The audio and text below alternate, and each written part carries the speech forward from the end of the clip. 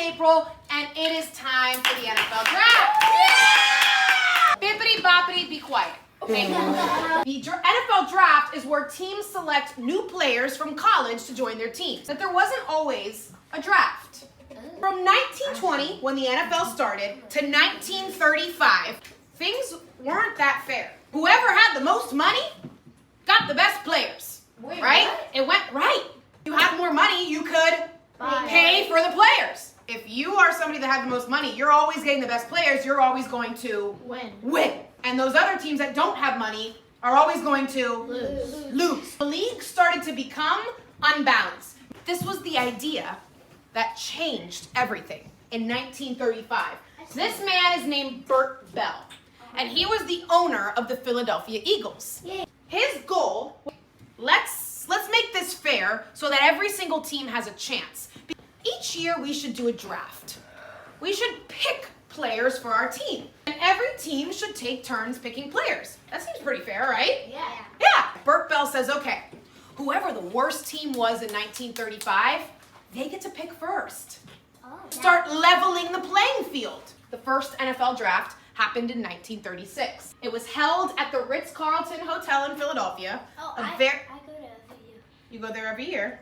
Well, very nice. How do you like the Ritz-Carlton in Philadelphia? In Philly, do you go?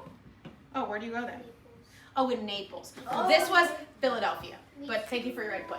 Take a look at these teams that were in the NFL. The worst team picked first, the best team picked last. In 1935, who was the best team? New York Giants. These were the 9 teams in 1935. Obviously, a lot has changed. Jay Berwanger, first player drafted into the NFL 1936 draft, and guess what? What? He didn't even play. What? He decided to become a salesman instead. Bruh. Thank you so much for this opportunity. I'm gonna go be a salesman. Bruh. Only 24 out of the 81 players drafted actually played. What? Many chose other jobs because they were more secure. Football was not as popular as it is today. Think about now where these players are and how much money they're making. Think about how much this has evolved. Throughout the years, it started to build. It started to become better. It started to become bigger. Why? Because teams were starting to level the playing field. This didn't happen overnight. It took time and years. In 1965, the draft, the NFL has taken off. It's no longer this league that's unstable. People are watching, fans are loving, it's competitive, and now the draft finds a home. And the home was New York City. Well. There's a lot of people that are interested in seeing what happens at this draft. Let's give them a show. They started to hold it at Radio City Music Hall. And it was live on TV. There was a countdown clock, meaning you didn't have all day to make your pick. That adds a lot of pressure. This is when it started to become something of a show. Then, after almost 50 years in New York City, let's bounce this around, baby. Let's make this fun, not just for New York, but for all the cities. So the first place they took it after New York was Chicago. And then the next place they took it to was Philadelphia. Then they took it to Dallas. Then they took it to Nashville. Then it was virtual. Why do you think it might have been virtual? What? COVID. In 2020, wasn't safe to be out in large crowds like this. Then it was held in Cleveland.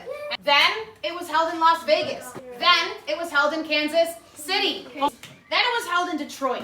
Then it was held in Green Bay last year. And this year, the draft, drumroll please, will be held in Pittsburgh, Pennsylvania. If Bert Bell never came up with the idea to hold a draft, what do you think would have happened with this league? What do you think? I think if they didn't do it, then we probably wouldn't be talking about it. We probably wouldn't be talking about the NFL. All it took was one idea to change the trajectory of how the NFL came to be. Whenever you've had an idea, and maybe you're too afraid to share that idea because you don't know if it's going to be good or not, it could be the thing that saves it. I'll say thank you, Bert Bell. Thank you, Bert Bell. If it were not for Bert Bell, maybe NFeLementary would have never been a thing. Because maybe the NFL maybe just didn't.